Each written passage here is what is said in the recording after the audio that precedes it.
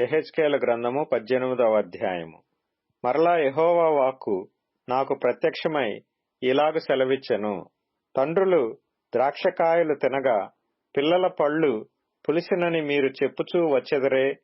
ఇశ్రాయేలీల దేశమును గూర్చి ఈ సామెత మీరెందుకు పలికెదరు? నా జీవము తోడు ఈ సామెత ఇశ్రాయేలీలలో మీరిక పలుకరు. ఇదే ప్రభువైన యెహోవా వాక్కు. మనుషులందరూ నా వశములో ఉన్నారు. తండ్రులేమి కుమారులేమి అందరునూ నా వశములో ఉన్నారు. పాపము చేయువాడెవడో వాడే మరణము నొందును. ఒకడు నీతిపరుడై నీతి న్యాయములను అనుసరించువాడై యుండి పర్వతముల మీద భోజనము చేయకయు ఇశ్రాయేలీలు పెట్టుకొనిన విగ్రహముల తట్టు చూడకయు తన పొరుగువాని భార్యను చెరపకయు బహిష్ఠయైన దానిని కూడకయు ఎవనినైనను బాధ పెట్టకయు రుణస్థునికి అతని తాకట్టును చెల్లించి బలాత్కారము చేత ఎవనికైనను నష్టము కలుగజేయకయు నుండువాడై ఆకలి గలవానికి ఆహారమిచ్చి దిగంబరికి బట్ట ఇచ్చి వడ్డీకి అప్పియ్యకయు లాభము చేపట్టకయు అన్యాయము చేయకయు నిష్పక్షపాతముగా న్యాయము తీర్చి యథార్థపరుడై నా కట్టడలను గైకొనుచు నా విధులననుసరించుచుండిన ఎడల వాడే నిర్దోషియగును. నిజముగా వాడు బ్రతుకును. ఇదే ప్రభువైన యెహోవా వాక్కు.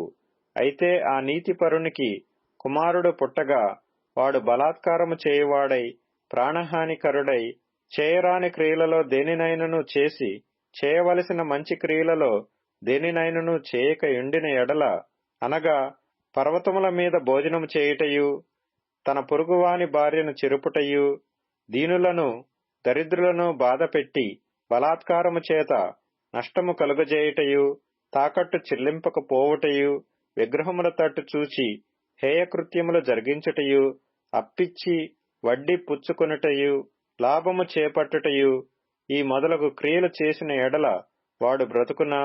బ్రతుకడు. ఈ హేయక్రియలన్నీ చేసెను గనుక అవశ్యముగా వానికి మరణశిక్ష విధింపబడును. వాడు తన ప్రాణమునకు తానే ఉత్తరవాదియగును.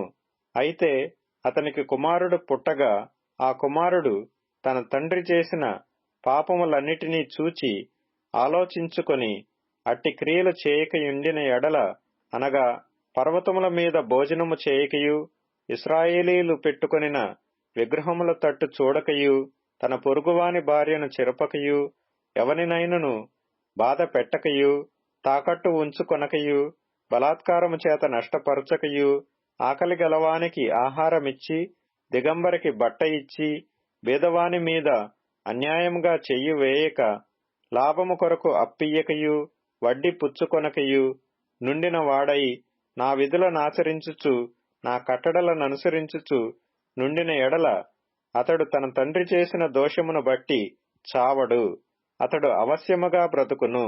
అతని తండ్రి క్రూరుడై పరులను బాధపెట్టి బలాత్కారము చేత తన సహోదరులను నష్టపరచి తన జనులలో తగని క్రియలు చేసెను గనుక అతడే తన దోషమును బట్టి మరణము నొందును. అయితే మీరు కుమారుడు తన తండ్రి యొక్క దోష శిక్షను ఏలమోయట లేదని చెప్పుకొనుచున్నారు. కుమారుడు నీతి న్యాయములననుసరించి నా కట్టడలన్నిటినీ అనుసరించి గైకొనెను గనుక అతడు అవశ్యముగా బ్రతుకును. పాపము చేయువాడే మరణము నొందును. తండ్రి యొక్క దోష శిక్షను కుమారుడు మోయట లేదని కుమారుని దోష శిక్షను తండ్రి మోయడు. నీతిపరుని నీతి ఆ నీతిపరునికే చెందును. దుష్టుని దుష్టత్వము ఆ దుష్టునికే చెందును.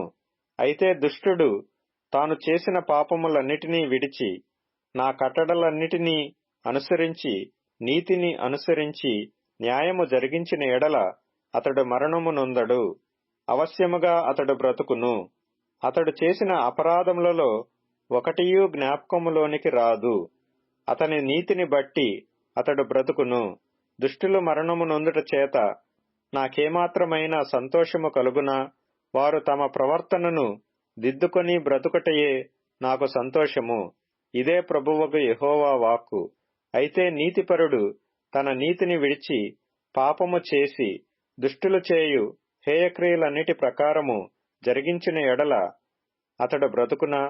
అతడు చేసిన నీతి కార్యములు ఏ మాత్రమును జ్ఞాపకములోనికి రావు. అతడు విశ్వాసఘాతకుడై చేసిన పాపమును బట్టి మరణము నొందును. అయితే యెహోవా మార్గము న్యాయము కాదని మీరు చెప్పుచున్నారు. ఇశ్రాయేలీయులారా, నా మాట ఆలకించుడి. నా మార్గము న్యాయమే, మీ మార్గమే గదా అన్యాయమైనది. నీతిపరుడు తన నీతిని విడిచి పాపము చేసిన ఎడల అతడు దానిని బట్టి మరణము నొందును. తాను పాపము చేయుటను బట్టియే గదా అతడు మరణము నొందును. మరియు దుష్టుడు తాను చేయుచూ వచ్చిన దుష్టత్వము నుండి మరలి నీతి న్యాయములను జరిగించిన ఎడల తన ప్రాణము రక్షించుకొనును. అతడు ఆలోచించుకొని తాను చేయుచూ వచ్చిన అతిక్రమ క్రియలన్నిటినీ చేయక మానెను గనుక అతడు మరణము నొందక అవశ్యముగా బ్రతుకును. అయితే ఇశ్రాయేలీలు యెహోవా మార్గము న్యాయము కాదని చెప్పుచున్నారు. ఇశ్రాయేలీయులారా, నా మార్గము న్యాయమే గాని మీ మార్గము న్యాయము కాదు. కాబట్టి ఇశ్రాయేలీయులారా, ఎవని ప్రవర్తనను బట్టి వానికి శిక్ష విధింతును. మనస్సు